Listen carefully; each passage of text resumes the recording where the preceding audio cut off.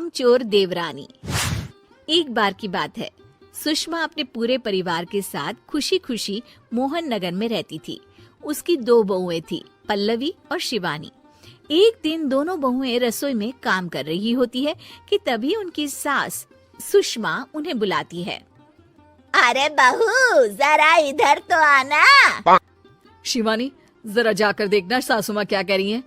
दीदी आप ही देख लो ना जाकर, आपको भी तो सुनाई दे रहा है। अरे मैं आटा गूंद रही हूँ ना, तुम चली जाओ। हाँ तो मैं भी तो सब्जी काट रही हूँ ना दीदी। अरे बहू जल्दी आओ। ओफो, ये तो जाएगी नहीं। मैं ही जाकर देखती हूँ कि क्या करना है।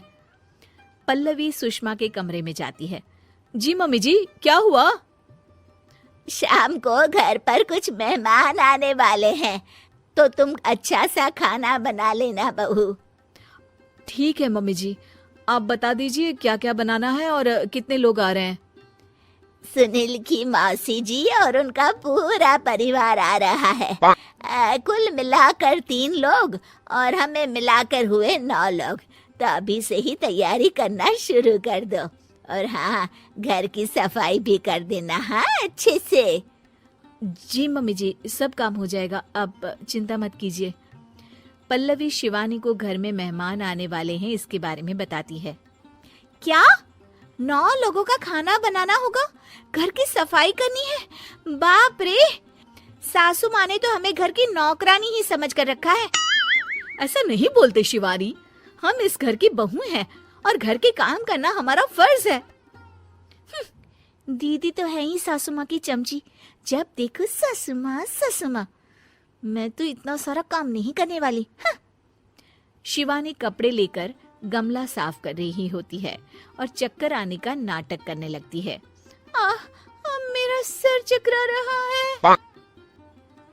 तभी वहाँ पल्लवी और सासू माँ जाते हैं।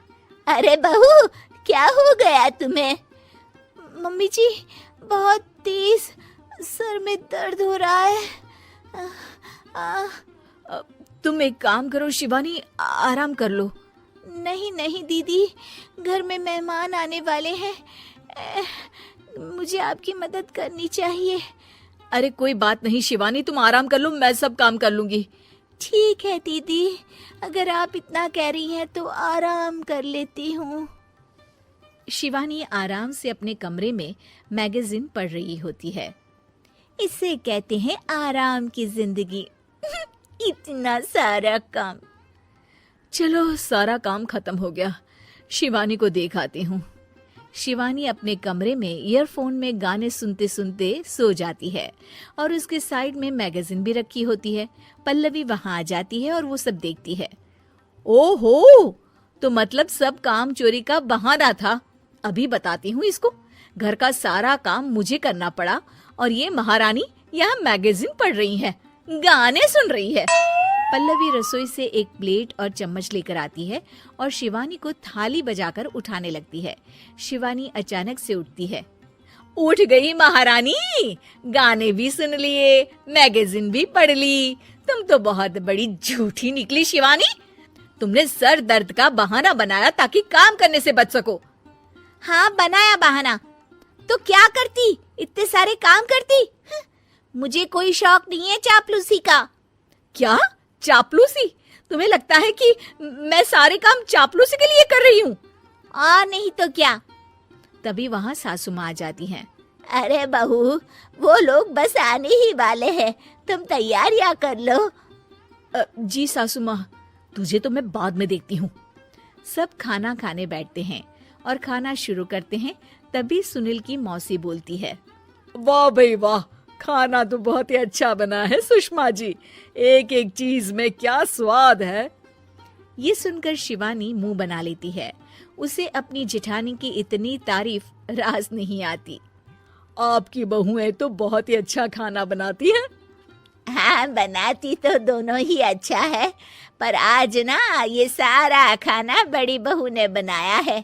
छोटी बहू की तबीयत ठीक नहीं थी, सो इसलिए।